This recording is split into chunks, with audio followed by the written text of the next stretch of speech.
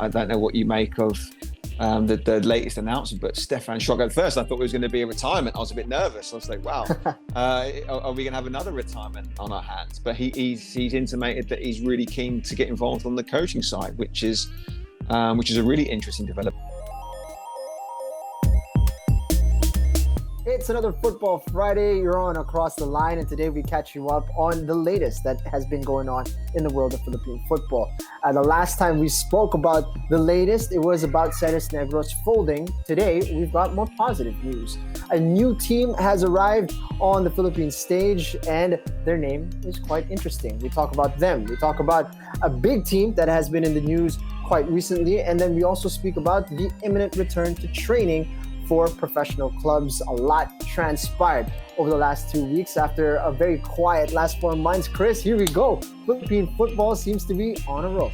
What a 2 weeks. What a 2 weeks since our last episode. It's been incredible.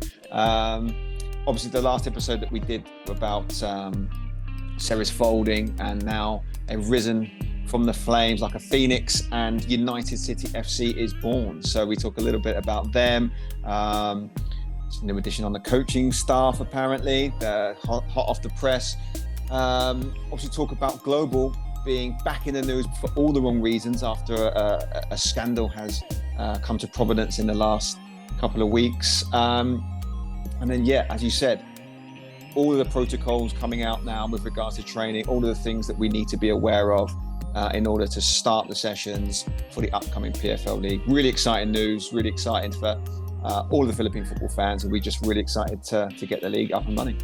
We get an opportunity to break it all down on this episode. If you enjoy it, please do subscribe to the show on YouTube, Spotify, and on Apple Podcasts. Look for us on Facebook, on Instagram, and on Twitter. And feel free to drop us a line over there. And without further ado, this is the latest episode of Across the Line. It's been a few weeks since the big news of Ceres Negros folding, and since then there's been a lot going on in the world of Philippine football. And here to talk about it is myself and Chris Greatwich of Across the Line. How's it going, Chris? Very good, sir. How are you? Doing all right. Missed the 50th episode, man. I know. A travesty. I know. It was, like I said to you earlier, it's great to have someone with a little bit of professionalism doing the intros now rather than my hatchet job that I had to do for the James episode. But yes, so much has happened in the last couple of weeks, so we'll try to uncover some of those things. But the big news obviously of the day is that we have a new club or a new name joining us for the PFL. What do you think of it? Well, it was all a bit dramatic a couple of weeks ago when we put out the episode, would it be the end of Philippine club football with Ceres folding? Now we've got somebody that has taken their place. And with all things considered, the news that it's coming out, it's going to be very much the same sort of look. The players are going to be similar. The management's going to be the same. But the new name is in. You don't have to choose, Chris. Are you a United fan? Are you a City fan? You can be both. You can be United City FC. What do you think of the new name, Chris? It was definitely met with some hostility, wasn't it? When it was shared on various social media platforms. I guess it's in keeping with the fact that they're probably unsure of how this is all going to develop, how this is all going to pan out. Obviously, trying to keep some semblance of the previous regime with the players, with the management, and some of the staff members, etc. But obviously the name took a bit of a beating. I think the logo took a bit of a beating, and then the subsequent the logo campaign that maybe tried to salvage that a little bit. I saw that came out pretty quickly, so maybe try to remedy or rectify some of those early exchanges. But for me personally, yes, put the name to one side for a second. I'm hoping that they'll maybe try to find a geographical location for that club at some point, and then they'll be able to attach themselves to a community, which I think is one of the mandates that they have as a club, and obviously was one of the stronger aspects of Ceres as a club compared to maybe some of the other PFL teams, was they did have that strong sense of community from the people of Bacolod. So I'm hoping that can continue in whatever guise they come under and whatever community they attach themselves moving forward. For me, obviously, the bigger picture is it's important that we continue with the league. So to have a team of Ceres' stature still continuing on, even in the new guys, is really, really important just to keep the profile of the league high. Obviously, they're going to continue with the AFC competition, which is hugely important for the domestic game. But yeah, I think for more than a name, more than obviously where they're going to be located, for me, the most important aspect is that club just continues to operate in order to keep Philippine football alive. So the specifics of the ownership change is that Ceres is out, and we have a familiar face taking over. One of four owners, I believe. His name is Eric, the German. Gochak, I believe. Is that how you say his name? That sounds amazing pronunciation to me. Yeah, go ahead. Yeah, well, yeah. So he's been in and around Philippine football for a number of years now. So when the opportunity came around, I believe he took advantage of being able to acquire what has been the most prolific and most successful Philippine club over the last 5 years. So the interesting thing about the change of ownership is the way they perceive how to run a football club. Right. Eric speaks a lot about how we operate mostly as teams, not really as clubs. There's not a lot of membership involved from the community of the teams that are involved. And therefore, it's really just a bunch of owners who are running professional teams, essentially, is what he's saying. And he's very specific about wanting to address the lack of engagement with fans and utilization of technology. So there could be some interesting new changes in the way this new club presents itself to the people. And as you said, they are still shopping around for a geographical location where they can really start to build a community. I think the first time I came across Eric was with the national team, and he was involved in some capacity. I'm not quite sure what it was. With, I think it was the Nepal game that we had in the Middle East, and I know his background was in kind of events and that sort of side of things. I remember that crowd that we had for the Nepal Philippines game. I forget what year it was now, but they said it was the biggest crowd that they'd ever had in that particular stadium. I don't want to get it wrong, so I forget the name of the stadium, but it was a raucous crowd. Marketing behind the game was great. There was a huge Nepalese community in the Middle East at the time because of the number of stadium being built for the Qatar World Cup. And then obviously the Filipino community was engaged. We managed to get a huge crowd in there. And obviously subsequently we've gone back on numerous occasions because it's been a home away from home for many of the Philippine national team.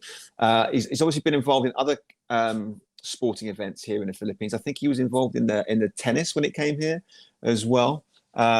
So yeah, I think there's been a lot of involvement in the Philippine sporting arena with Eric. So I'm just hoping that kind of different perspective will enable them to operate a more sustainable club, which is something that we've been really harping on about from the get-go with regards to how football clubs should be run in this country. I think there's another really interesting side note to this, which has only come out recently, is there is going to be a new addition to the coaching staff. I don't know what you make of the latest announcement, but Stefan Schrock, at first I thought it was going to be a retirement. I was a bit nervous. I was like, wow, are we going to have another retirement on our hands? But he's intimated that he's really keen to get involved on the coaching side, which is a really interesting development. I don't know what your thoughts are with regards to that.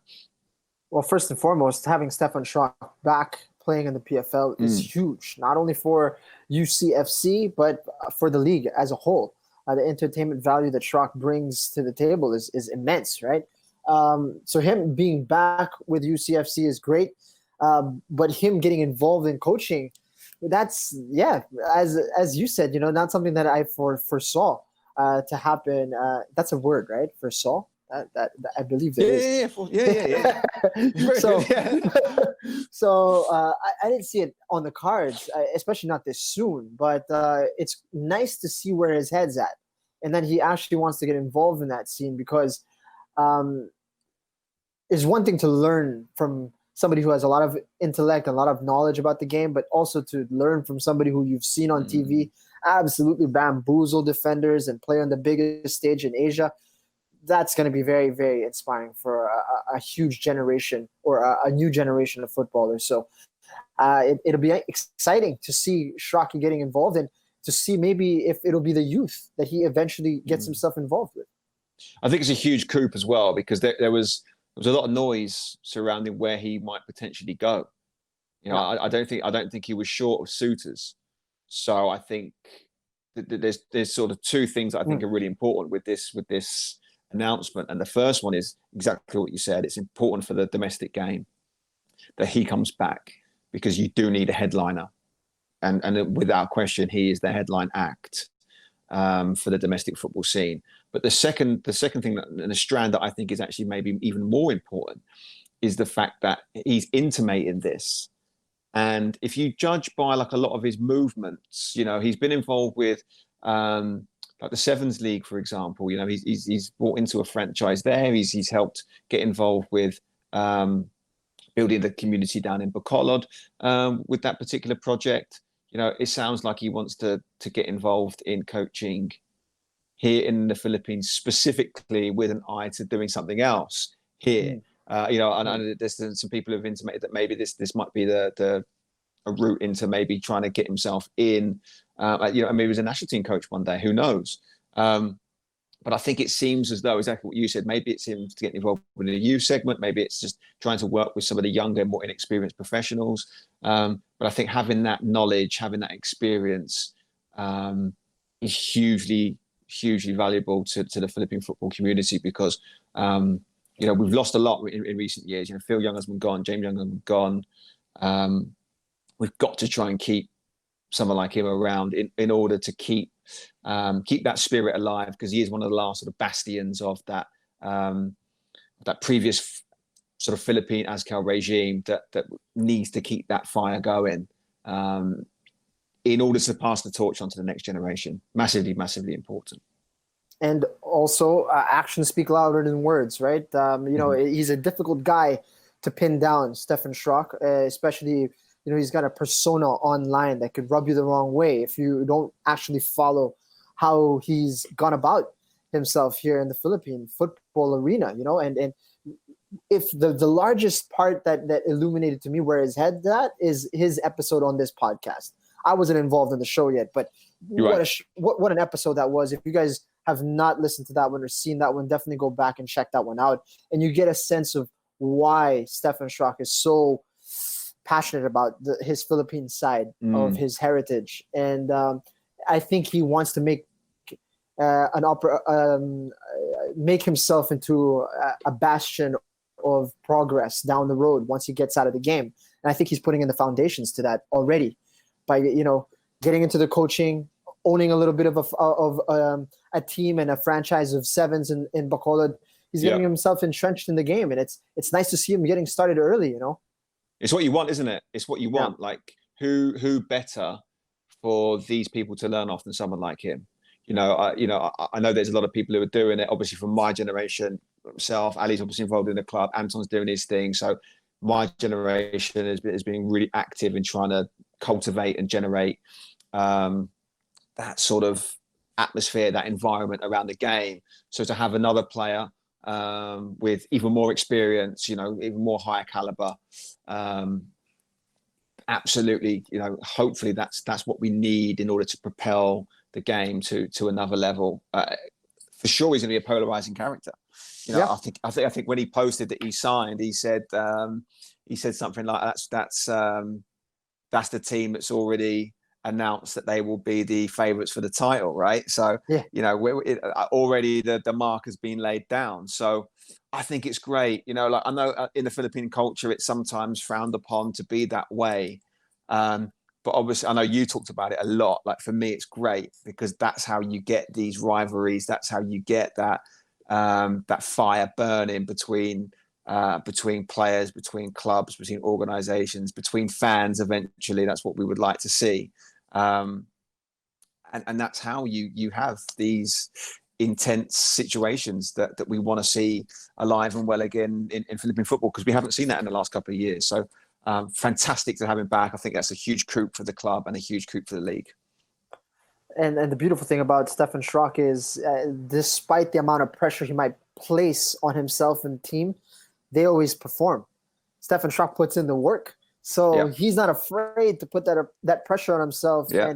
And just like Floyd Mayweather and other characters who wish to lose, they're gonna put in the work and they're gonna come out and they're gonna disappoint you more often than not. So if you're gonna watch him, if you want because you want him to lose, or you watch him because you want to see some spectacular play, either way, eyeballs on the league. That's good stuff.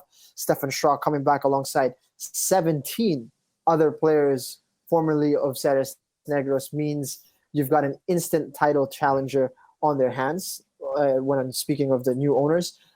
But the question is, without Coach Risto, will you be able to replicate the kind of results you guys got over the previous 3 years? And next, how big of a factor is a shortened season? The league's going to start in September. It's not going to be 2-3 rounds. It's maybe one round and then maybe like a knockout type situation. We don't know, but it's going to be a shortened league. So how much time are they going to need to get back to that level of play that they've utilized to dominate Philippine football over the last 3 years? That's the big question right now. Yeah, I mean, the Risto one, we have no idea, do we? I'd love to see him back. Obviously, he's worked wonders with that team. So let's see what happens. I think they've obviously mentioned in their initial press release that they wanted to have him back. So let's watch this space. Hopefully he comes back, because I think he's great for the game.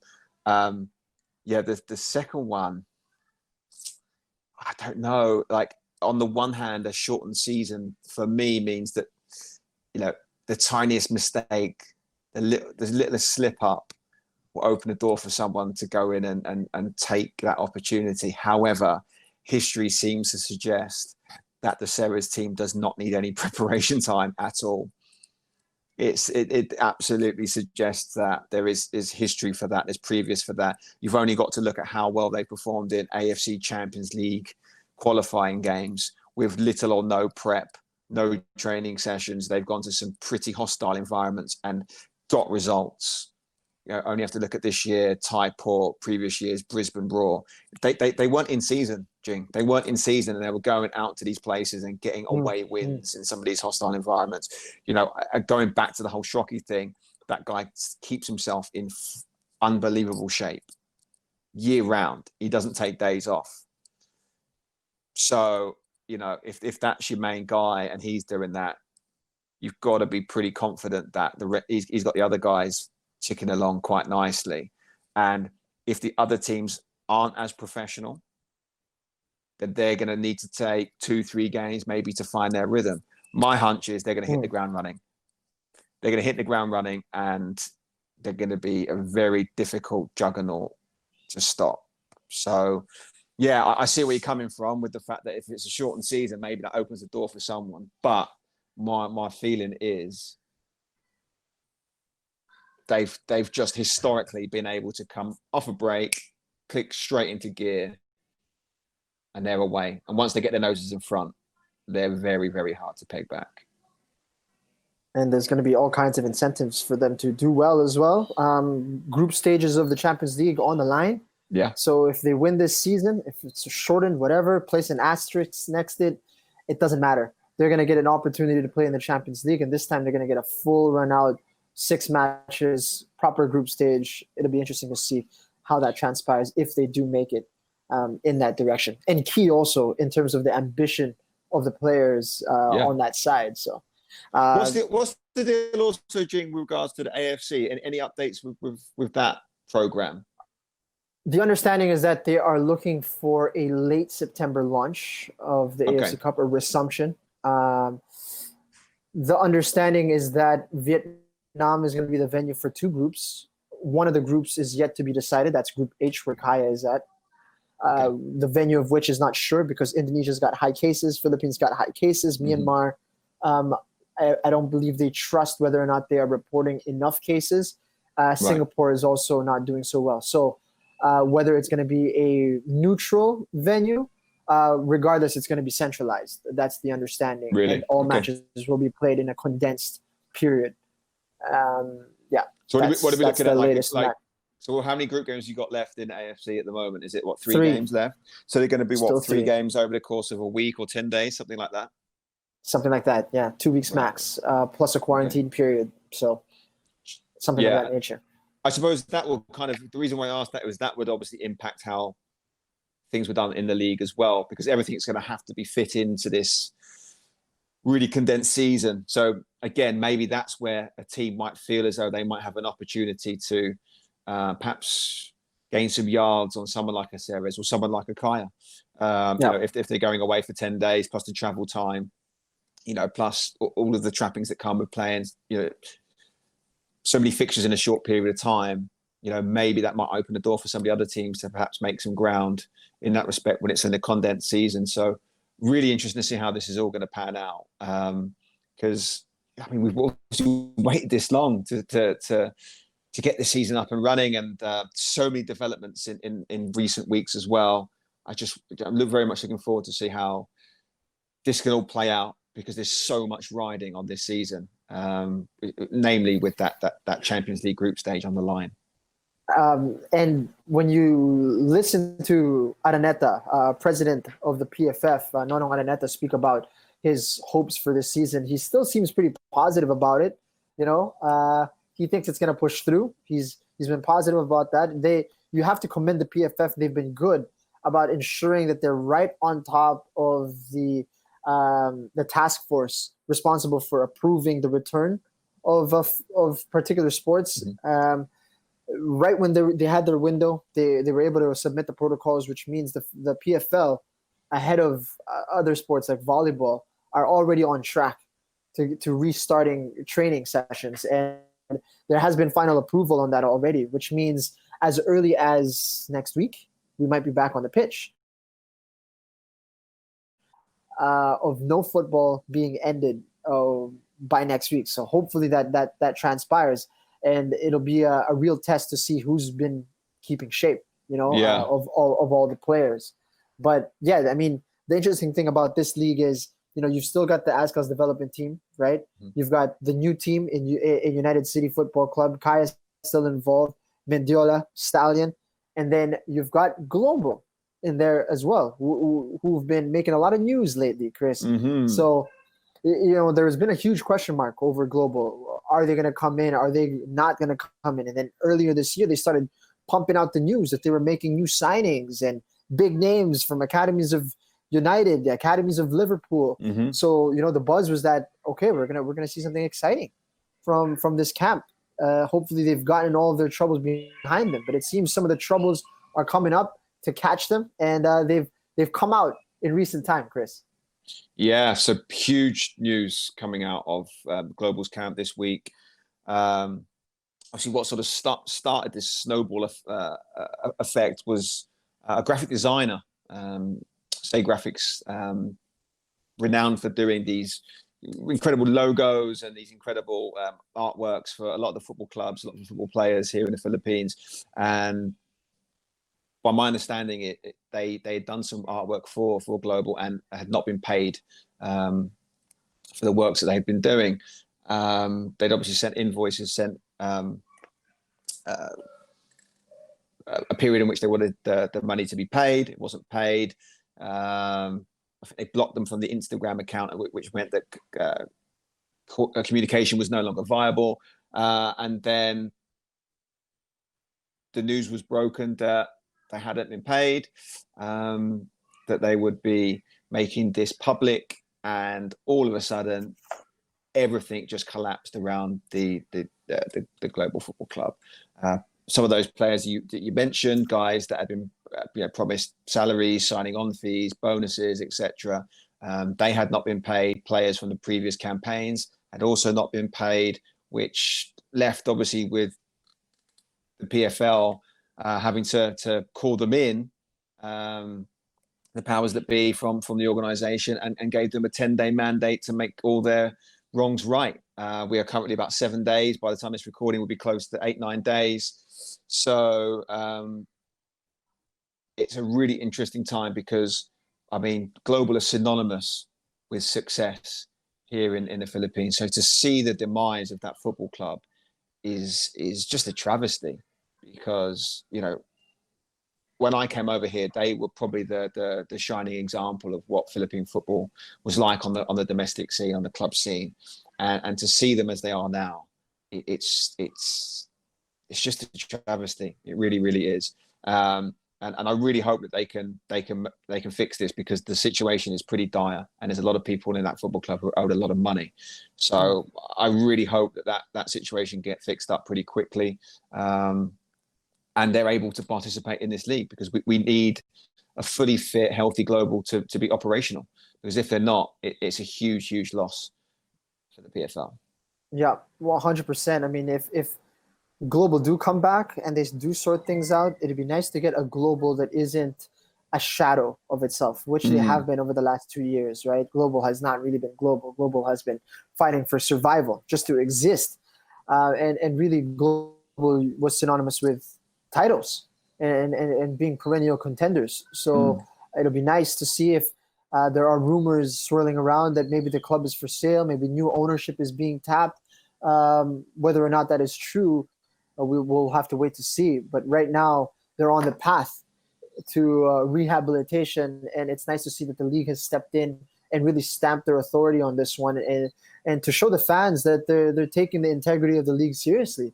You know, it's been something that's been thrown around in the dark and spoken about in corners here or there, that, you know, the league has been a little bit soft with regards to how certain teams are operating, and to see them really take a hard stance is refreshing, and it really provides an opportunity for fans to see that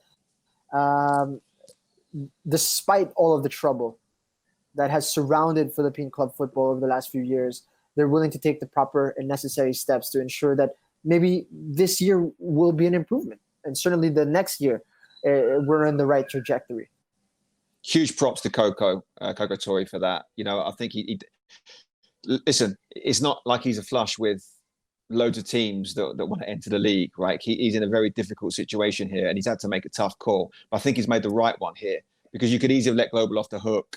You keep a team happy and you keep them afloat, and you've got the teams that you need in order to conduct the league. But he's come out and he said that no, this isn't right. You know, you need to make sure that these things are eradicated from the game, and they need to be held accountable for the things that they've done. So really interested to see how this develops. Exactly what you said. I hope that they can get back to what they were before this shadow Global that we've seen in the last couple of years, which it's just been difficult to watch them show up for games with no players, you know, get beat heavily at the hands of teams that they used to beat routinely back in the day. You know, I need to be careful what I wish for here, because I hated playing at Global when I played against them when I was in Kaya. But, you know, they were the first team that was going out on the AFC stage and performing really, really well. You know, they were trailblazers. You know, when I first came over, they were really trying to push the envelope with regards to what was feasible and what was possible for club football here in the Philippines. And I think they laid a lot of the foundation and groundwork for teams like Kaya and Ceres to be successful on the continental stage. So, you know, for that, we need a healthy Global if the domestic game is going to thrive. So I hope that, like you said, whether they have new ownership or not, I don't know. That seems to be a little bit murky. That situation obviously needs to be resolved. But I hope before too long that the financial irregularities can be fixed up pretty quickly.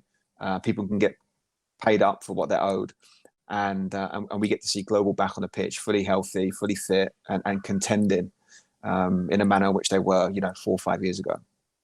The additional thing to be excited about is Global hopefully sorting themselves out, but also the addition of new and fresh teams to the league. There's been rumblings that there are certain individuals who are being tapped up to come in and explore the opportunity of putting up a new team in the PFL.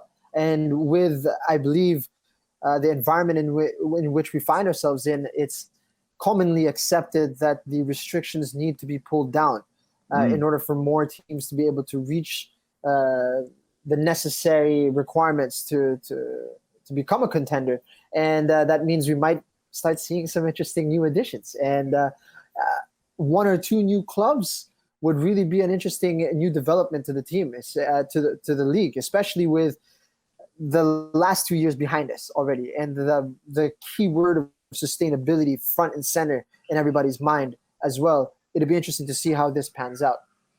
You sound like you know something. Are you a man in the know, or are you trying to keep the cards close to your chest here, Jing? I've heard rumblings, Chris. That's what rumblings. I've heard. Okay, Yeah. or maybe Whispers. maybe there's people who are doing a rumbling. Maybe we should get them on the show in the upcoming weeks. But I think there's going to be announcements, aren't there, Jing? I think I'd be surprised if this is the full quota of teams that are going to be entering in the league. I think it'd be great to get some fresh blood, fresh impetus in the league, because I mean, obviously you got Kaya and Stallions, who are kind of, they are for me still the semblance of what they have been, what they always are. But the other team seems to be taking on different guys. There's obviously Mendiola, fairly newish team. I mean, they've been involved in club football before, but have re-emerged back in the league. We've lost Archers, we've lost Air Force. The other armed forces teams aren't competing. Global, as we've alluded to, they're not quite the same. So we and then the Azkals development squad are obviously at the moment providing that kind of the freshness, that new team that everyone's going to be interested to find out a little more about. But yeah, I would love to see another edition. Maybe there is one on the horizon. We'll see, and I'm hoping an announcement will be made in the upcoming weeks, because I think if my rumblings are the same as your rumblings that I'm hearing in the darkest corners, I think there might be some exciting stuff coming up pretty soon. Yeah, so hopefully the next time we do this, it'll be about this new team, a new factor in Philippine football. But that seems to be it for now. There's the return to training. There's UCFC, which we need to get used to, at least for the next year or so before they find their community. And what's to happen with Global? We're all holding our breath to see how that transpires, whether all the financial problems get not swept under the rug, but actually dealt with this time around. And hopefully we'll see in the next couple of weeks that Philippine football is a lot healthier than what we thought it would be just a couple of weeks ago. Things are changing very quickly. I really hope so. I think we had our preview episode way back in February for this season, and we are now approaching August. So we were definitely premature with our with our pre-season predictions that we gave way back when. And look, the most important thing for me, and one thing I want to get across to everyone who listens, is we need to make sure that everything's, the protocols and the measures that are in place to ensure that everyone's safe. I know that I spoke with Coco about this the other day, and he's pretty adamant that the protocols are in place to ensure that the safety of the players, the staff, ground crew at the stadium, etc., everything's taken in order to maximise their safety. I think I was saying to you earlier, Neil Etheridge was telling me about some of the protocols that he has at Cardiff, and it's so stringent. It's so stringent. But I think what you have is one of the safest possible environments that you could have, because they are getting tested consistently. They are regularly getting swabbed. They are limiting the amount of people that they get at the training facilities. They are traveling to games as an individual. He was even telling me things like when they have to sign a waiver for when they fill up at a gas station, for example, they have to make sure that they're wearing gloves. So all of these things are in place to ensure that the appropriate measures are there to make sure that the games can go ahead, because that's what you all want to see. We all want to see that. We want to see this 2020 season get underway, because Lord knows we've been waiting long enough. And yeah, with so much, as we said earlier, so much riding on this season. Even if it's a condensed season, even if there might be a little asterisk for whoever wins it at the end of the season, there's a huge, huge carrot that's dangling in front of everyone. And we all just miss football, don't we? So I want to see some local football back on show, because Lord knows we've missed it. And that actually brings me to an interesting development as well. President Nono Araneta talking about where we might be seeing this football that we're all yearning for. Is it going to be online? Is it going to be on TV? Well, the answer to that is both. The promise to Qatar Airways is that there is a need to air a certain number of matches on TV in order for that sponsorship to kick in. So there is pressure on the league to ensure that this is shown on free national television alongside the live stream as well. So a bit of good news in that department for those Do you know that are yearning to where is watch that going to the game. be, Jing? Do you know what networks that's going to be? Has that been announced, or is that still in the works?